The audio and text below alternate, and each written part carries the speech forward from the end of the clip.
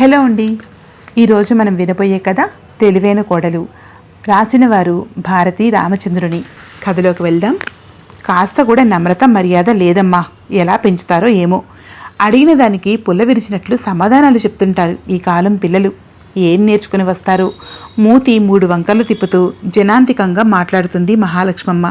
ఎవరినే అమ్మా శ్లేషార్థాలతో ఆడుకుంటున్నావు? అప్పుడే ఇంట్లోకి వచ్చిన కొడుకుని చూసి గతుక్కుమంది మహాలక్ష్మమ్మ. శృతిని గురించి లేరా, ఏదో గుర్తుకు వచ్చి అనుకుంటున్నాను. సరేలే, ఎవరి గురించి అయితే నాకెందుకు గాని నా కాఫీ నాకు ఇచ్చేయి నాటకీయంగా అంటూ తన రూంలోకి వెళ్ళాడు. మంచం మీద కూర్చున్న స్వాతి కళ్ళల్లో నీళ్లు ఉబుకుతున్నాయి. సుధీర్ని చూసి ముఖం పక్కకు తిప్పుకుంది, కన్నీళ్లు కనిపించకుండా. సుధీర్ ఫ్రెష్ అయ్యి వచ్చి స్వాతికి ఎదురుగా కూర్చున్నాడు. చుబుకం పట్టి బతిమాలుతూ, అమ్మ మాటలు పట్టించుకోకు స్వాతి, ఆవిడ ఎప్పుడూ ఎదుటివారిని ఏదో ఒకటి అంటూనే ఉంటుంది. నిజంగా నీలో తప్పు ఉండి కాదు అనడం ఆమె మానియా, అంతే. అందుకే నువ్వు పట్టించుకోవద్దు అంటాను. తల ఊపి కళ్ళు తుడుచుకొని లేచింది స్వాతి. స్వాతి పెద్ద కలివిడిగా కలవదు. అడిగిన వాటికి సమాధానాలు చెబుతుంది. చొచ్చుకుపోయి గలగలా మాట్లాడటం చేత కాదు. అన్ని పనులు వచ్చు. తన బాధ్యతను సక్రమంగా నిర్వర్తిస్తుంది. ఎవరైనా అనవసరంగా మాట అంటే చాలా రోషపడుతుంది, బాధపడుతుంది. పుట్టింట్లో కూడా అంతే. ఊహ తెలిసినప్పటి నుండి అమ్మా నాన్నల చేత ఒక్క మాట కూడా అనిపించుకోలేదు. పద్ధతిగా ఉంటుంది. అందరూ స్వాతి బంగారు తల్లి, స్వాతి ముత్యమే అంటారు. మితభాషి. తనకు నచ్చితే స్మితభాషి కూడా.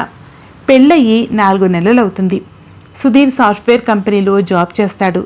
స్వాతికి బీటెక్ అయిపోగానే మంచి సంబంధమని పెళ్లి చేశారు. సుధీర్కి ఒక తమ్ముడు, చెల్లి. ఉద్యోగం ఇష్టముంటే చెయ్యి, లేకపోతే బలవంతం లేదు అన్నారు. అత్తారింటికి వచ్చిన 2 నెలల్లోనే అత్త చుక్కలు చూపిస్తోంది. ఏదో ఒక వంక పెట్టి సూటిపోటి మాటలంటుంది. తనను పరోక్షంగా అంటుంది. కూతురు శృతినైతే డైరెక్ట్గానే వాయిస్తూ ఉంటుంది. ఆ పిల్ల లెక్క చేయదు, ఎక్కడవక్కడ వదిలేసిపోతుంటుంది. స్వాతి ఇల్లంతా నీట్గా సర్ది పెడుతుంది. శృతికి వదిన స్వాతి అంటే చాలా ఇష్టం. అమ్మ తనను తిట్టినా ఊరుకుంటుంది కానీ స్వాతినిదేనా అంటే అస్సలు ఒప్పుకోదు. మరిది సురేష్ కూడా వదినంటే చాలా గౌరవంగా ఉంటాడు. ముగ్గురు దగ్గర ఒకే వయసు వాళ్ళవడంతో కబురు చెప్పుకోవటం, ఏవైనా గేమ్స్ ఆడుకోవటం చేస్తూ ఉంటారు. స్వాతి పెద్దగా మాట్లాడదు. అన్నా చెల్లెళ్ళ కబుర్లు ఎంజాయ్ చేస్తూ ఉంటుంది. మహాలక్ష్మమ్మకు ఇది సుతారము ఇష్టముండదు. కోడలు రిజర్వ్డ్గా ఉంటుందని పొగరు అని ఆమె భావన. స్వాతిలో ఏదో ఒక లోపం వెతుకుతూనే ఉంటుంది. సరిగ్గా సమాధానం చెప్పదని దెప్పుతూ ఉంటుంది. ఆవిడలా మాట్లాడుతుంటే స్వాతి భరించలేకపోతుంది. బాధతో కోపంతో ఉక్కిరిబిక్కిరవుతుంది. ఆ మాట్లాడే ఒక మాట కూడా మానేసి సైలెంట్ అయిపోతుంది. స్వాతికి అత్తగారు పెట్టే నస విసుగొస్తుంది. ఉద్యోగం వెతుక్కొని బయటికెళితే ఈ గొడవ వదులుతుందని జాబ్స్కు అప్లై చేయడం మొదలుపెట్టింది. ఆ రోజు సుధీర్ తోడురాగా ఇంటర్వ్యూకి వెళ్ళింది స్వాతి. తీరా లోపలికి వెళ్లే సమయానికి తల తిరిగి వాంతి చేసుకుంది. సుధీర్ కంగారు పడిపోయి అటు నుండి అటే హాస్పిటల్కు తీసుకెళ్లాడు. లేడీ డాక్టర్ చెక్ చేసి స్వాతి ప్రెగ్నెంట్ అని చెప్పింది. ఇక ఆ రోజు ఇంటిల్లిపాదికి ఆనందం అవధులు దాటింది. శృతి స్వీట్లు పంచి సెలబ్రేట్ చేసింది. మహాలక్ష్మమ్మ కోడల్ని కాలు కదపనీయకుండా టైంకి భోజనం, ఇష్టమైనవన్నీ అడిగి చేసి తినిపించడం చేస్తుంది. అంతటితో ఊరుకుంటుందా? అన్నీ తను చెప్పినట్లే చేయాలి, తను పెట్టినట్లే తినాలి. కూర్చోకూడదు, నిలబడకూడదు. సహించకపోయినా తిని తీరాలి. తినకపోతే బిడ్డ ఎలా ఎదుగుతుంది అంటూ సతాయింపు. ఆమె అతి జాగ్రత్త భరించడం కూడా కష్టమే అయింది స్వాతికి. సురేష్, శృతి వదినను అపురూపంగా చూసుకుంటున్నారు. స్వాతికి ఇదో సరికొత్త అనుభవంలా ఉంది. ఉద్యోగం సద్యోగం అటకెక్కాయి. మొదటి నుంచి స్వాతికి ఉద్యోగం చేయాలని పెద్ద ఇంట్రెస్ట్ లేదు. 3వ నెలలో స్వాతి పుట్టింటికి పోయి వచ్చింది. 7వ నెలలో సీమంతం చేసి పురిటికి తీసుకెళ్లారు. స్వాతికి బాబు పుట్టాడు. అందరూ స్వాతి పుట్టింటికి వెళ్ళి బారసాల చేసుకుని వచ్చారు. బాబునెత్తుకొని సారెతో వచ్చింది స్వాతి 3వ నెల వెళ్లేలోపు. సురేష్కు ఈ లోపల కొన్ని సంబంధాలు చూశారు. చివరకు వాళ్ళుండే సిటీలోనే అమ్మాయి కుదిరింది. అంగరంగ వైభవంగా పెళ్లి జరిగింది. అమ్మాయి తరపు వారికి ఫ్యాషన్లు బాగా ఎక్కువ, కింద చూపులేదు. హైఫైగా ఉన్నారు. వాళ్లే నాగరికత తెలిసిన వారన్నట్టు పెద్ద బిల్డప్. ఊర్లోనే కాబట్టి పెళ్ళైన వారం లోపల ఒకరోజు వెయ్యాల వారిని భోజనానికి ఆహ్వానించారు. అన్నీ తెప్పించిన బాపతే. వడ్డనకు స్పూన్లు, గిన్నె స్పూను పట్టుకొని వెయ్యనా అంటారు. స్పూనుతో ఎంత కూర పడుతుంది? అందరూ మొహమాటానికి పోయి అర్ధాకలితో తిరిగొచ్చారు. ఇంటికొచ్చి శృతి, సుధీర్ వాళ్ళ నాన్నగారు ఒకటే నవ్వుకోవడం. ఆకలి తీరక ఉప్మా చేయించుకొని తిన్నారు. మహాలక్ష్మమ్మకు ముఖం చిన్నబోయింది. సురేష్ అక్కడే ఉండిపోయాడు. అది కొంత నయం, వీళ్ళ మాటలు వినలేదు అనుకుంది. కొత్త కోడలు వచ్చింది. వాళ్ళ వదిన, అన్న, అక్కలు తీసుకువచ్చి దింపారు. అందరూ మహాలక్ష్మమ్మ గారిని ఆకాశానికి ఎత్తిపట్టారు. ఆమె వంటను తెగ మెచ్చుకుంటూ సుష్టుగా భోజనాలు చేశారు. ఆమెకు వాళ్ళ ఫ్యాషన్లు గొప్పలు చెప్పుకోవడం బాగా నచ్చినట్లుంది. వాళ్ళతో ఎంత ఇష్టంగా మాట్లాడతారో అదే మా వాళ్ళతో అంటీ ముట్టనట్లు ఉంటారు అనుకుంది స్వాతి. మరునాడు స్వాతి ఉదయాన్నే లేచి తన రొటీన్ వర్క్లోకి దిగింది. సైలెంట్గా పని చేసుకుంటూ పోతోంది. కొత్త కోడలు రూప మెల్లగా 8ంటికి లేచి తన రూమ్లోని ఫ్రెష్ అయ్యి మేకప్తో బయటకు వచ్చింది. అత్తగారు కాఫీ ఇచ్చింది ఆప్యాయంగా. అబ్బా, ఎంత బాగుందండి అత్తయ్య గారు కాఫీ, ఎలా చేశారు అనగానే ఇంకో కప్పు అందించింది మహాలక్ష్మమ్మ ఉబ్బి తబ్బిబ్బవుతూ. ఆ కప్పు ఖాళీ చేసి అత్తగారికి వాళ్ళ ఇంటి ముచ్చట్లు చెబుతూ కూర్చుంది. ఊర్లోనే పుట్టిల్లు కావడంతో అటు ఇటు తిరుగుతూ ఉంటుంది చిన్న కోడలు. వచ్చినప్పుడల్లా అక్క కూతుళ్లనో అన్న పిల్లలనో తీసుకొస్తుంది.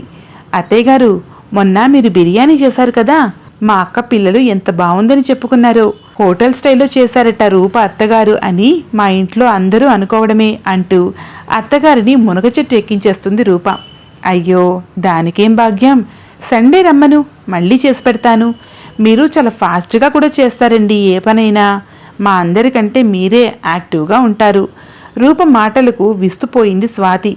అత్తగారితో ఇలా కూడా మాట్లాడవచ్చా అనుకుంది. అలా అత్తగారిని సమయస్ఫూర్తితో బుట్టలో వేసేసింది.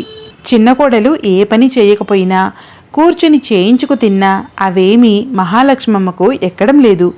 రూప బంధువర్గం వచ్చిపోతూ ఉంటే వారికి మర్యాదలు చేస్తున్నా వెనుకటిలా కోడలు తరపు వారికి చేస్తున్నాననే చిరాకు ఉండటం లేదు. అదే స్వాతి అమ్మా నాన్న వస్తే వియ్యపురాలు టెక్కు చూపించేది. స్వాతిలో ఏదో ఒక లోపం వెతికి వాళ్ళ అమ్మకే నేరాలు చెప్పేది.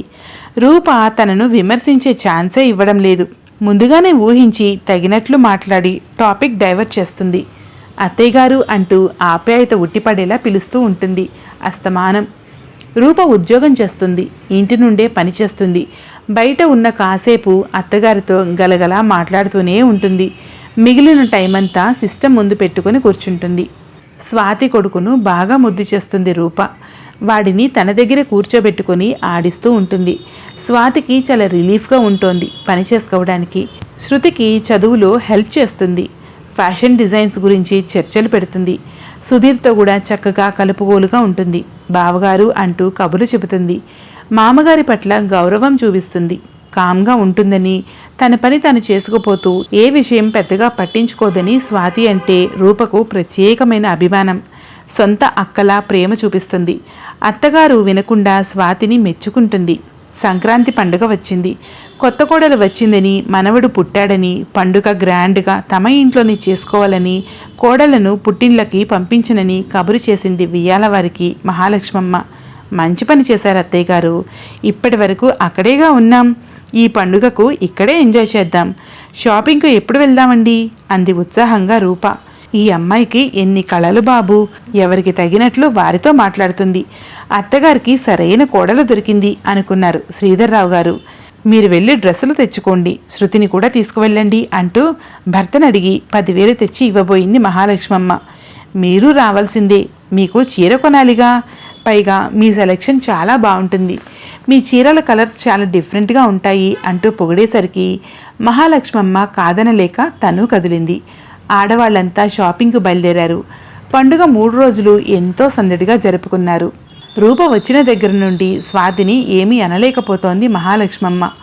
అసలు తప్పులు వెతికే అవకాశమే రావడం లేదు. ఇంట్లో వాతావరణమే మారిపోయింది. తను ఇంతకు ముందులా సాధిస్తే చిన్న కోడలు ఏమనుకుంటుందో అని క్రమేణా తన ధోరణి మార్చుకుంటోంది. అత్తయ్య గారు, వరల్డ్ ఫేమస్ ఇంగ్లీష్ మూవీ వచ్చిందండి, వెళ్దామా అడిగింది రూప. నాకంతగా అర్థం కాదులేమ్మా, హిందీ అన్నా అయితే కాస్త చూస్తాను అంది మహాలక్ష్మమ్మ. నేను పక్కనే ఉంటానుగా, చెప్తానులేండి. లేదులే, మీరు వెళ్ళిరండి. బావగారు, అందరం వెళ్దామండి. అక్క, మీరు శృతి కూడా. ఓకే అన్నాడు సుధీర్. వీడు చూడనివ్వడు రూపా, నేను రాన్లే అంది స్వాతి. అత్తయ్య గారు ఎలాగూ రానంటున్నారు కదా, బాబు తన దగ్గర ఉంటాడులే, ఏమంటారు అత్తయ్య గారు అనేసింది అత్తగారిని చూస్తూ చొరవుగా. స్వాతికి భయం వేసింది ఆమె ఏమంటుందో అని.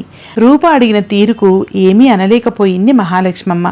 సుధీర్ ఆశ్చర్యంగా చూశాడు తల్లివైపు. అత్తయ్య గారు, మీకు మామయ్య గారికి టిఫినే కదా, ఆర్డర్ పెడతానండి, మీరు హాయిగా టీవీ చూస్తూ రిలాక్స్ అవ్వండి, మేము మాల్లో తినేసి వస్తాం నార్మల్గా చెప్పేసి అందరినీ బయలుదేరదీసింది రూప. సురేష్కు చిత్ర విచిత్రంగా ఉంది.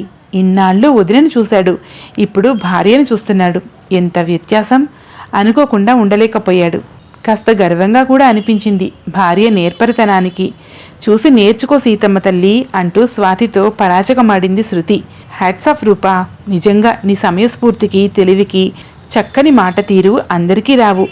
ఎప్పటికెలా మాట్లాడాలో ఎవరితో ఎలా మెలగాలో నీకు బాగా తెలుసు. అత్తగారిని ఎంతలా మార్చేశావు. తోడికోడల వైపు అభినందనీయంగా చూస్తూ మనసులో అనుకుంది స్వాతి. కథ సమాప్తం. మరో మంచి కథతో మళ్ళీ కలుద్దాం. Thank you.